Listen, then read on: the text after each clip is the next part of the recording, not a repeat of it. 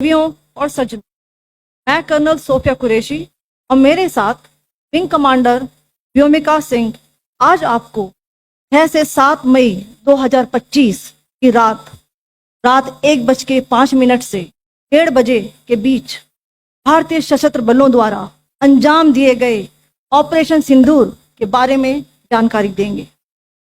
Operation सिंदूर 22 अप्रैल को पहलगाम में हुए विभत्स आतंकवादी हमले के शिकार मासूम नागरिकों व उनके परिवारों को न्याय देने के लिए लॉन्च किया गया था।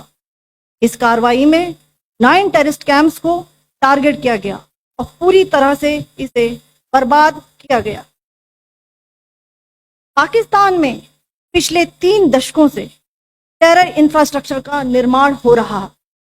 इसमें recruitment, indoctrination centres, training areas व लॉन्च पैड शामिल थे, जो पाकिस्तान और पाक अधिकृत जम्मू कश्मीर POJK दोनों में फैले हैं।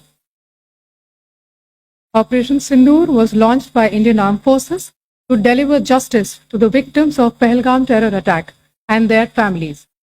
9 terrorist camps were targeted and successfully destroyed. Over the last 3 decades, Pakistan has systematically built terror infrastructure.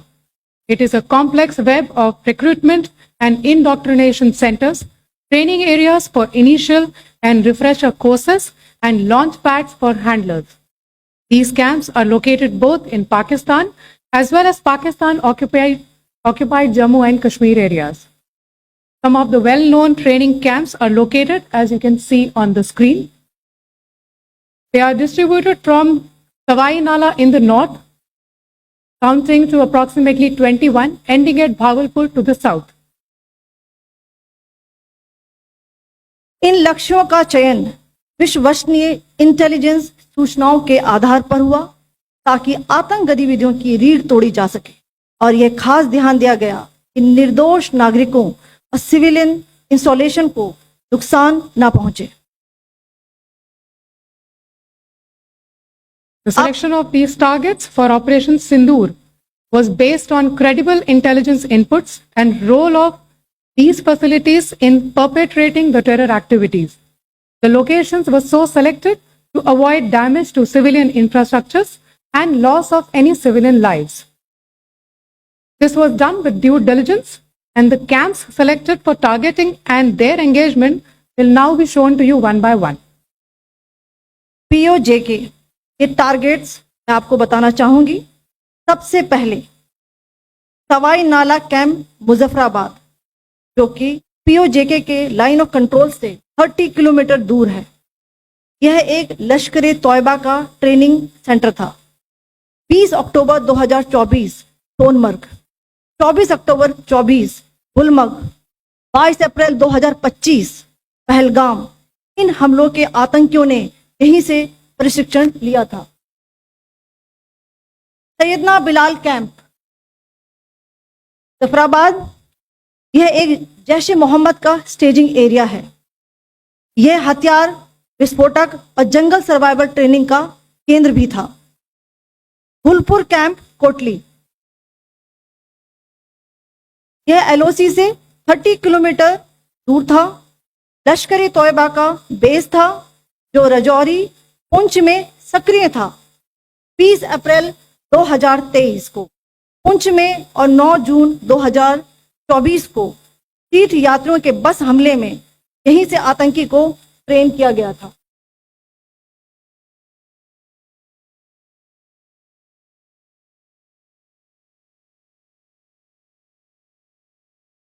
Barnala camp Bhimber, यह LOC से 9 किलोमीटर दूर है। यहां पर हथियार, हैंडलिंग, IED व जंगल सर्वाइवल का प्रशिक्षण केंद्र था। अब्बास कैंप कोटली,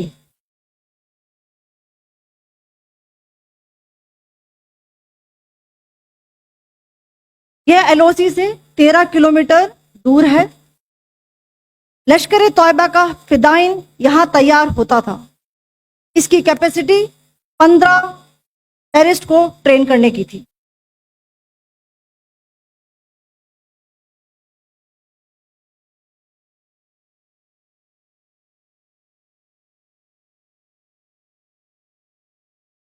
अब मैं पाकिस्तान के अंदर के टारगेट से अवगत कराना चाहूंगी। पहला, सर्जल कैंप सियालकोट।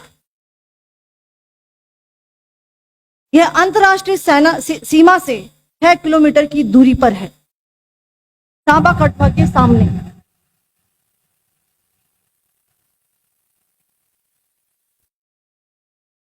मार्च 2025 में जम्मू एंड कश्मीर पुलिस के 4 जवानों को जो हत्या की गई थी, उन आतंकवादियों को इसी जगह पर ट्रेन किया गया था। दूसरा, महमूना जाया कैंप सियालकोट। यह 18 से 12 किलोमीटर आईबी से दूर था। हिजबुल मुजाहिदीन का बहुत बड़ा कैंप था। ये कठुआ जम्मू क्षेत्र में आतंक फैलाने का नियंत्रण केंद्र था। पठानकोट एयरफोर्स बेस पर किया गया हमला भी इसी कैंप से प्लान और डायरेक्ट किया गया था। मरकज ताइबा मुरीद के, यह आईबी से 18 से 25 किलोमीटर दूरी पर है। 2008 के मुंबई हमले के आतंकी भी यहीं से प्रशिक्षित हुए थे।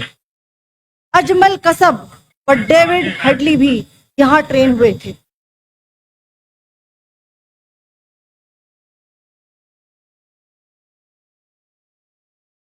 आगे दूसरा आया।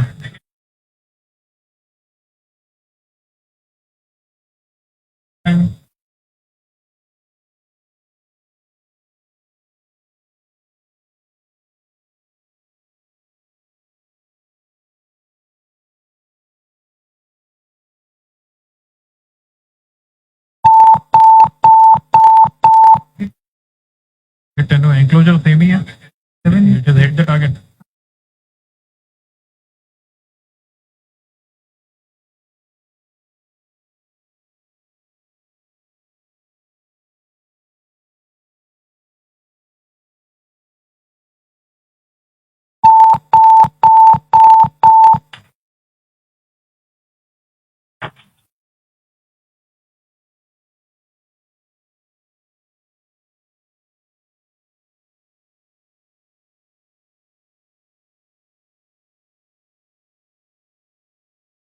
मरकज सुभान अल्लाह भावलपुर, ये इंटरनेशनल बाउंड्री से 100 किलोमीटर दूर है। जैश ए मोहम्मद का मुख्यालय था। यहाँ पर रिक्रूटमेंट, ट्रेनिंग व इंडोक्ट्रिनेशन का केंद्र भी था। शीर्ष आतंकी अक्सर यहाँ आते थे। मैं आप सबको बताना चाहती हूँ कि किसी भी सैन्य ठिकाने का निशाना नहीं बनाया गया और अभी तक किसी तरह की नागरिक क्षति की रिपोर्ट नहीं है। धन्यवाद। जय Hind. The strike on the terror camps were undertaken through precision capability, as shown to you. A niche technology weapons with careful selection of warheads was ensured so that there will be no collateral damage. The point of impact in each of the target was a specific building or a group of buildings.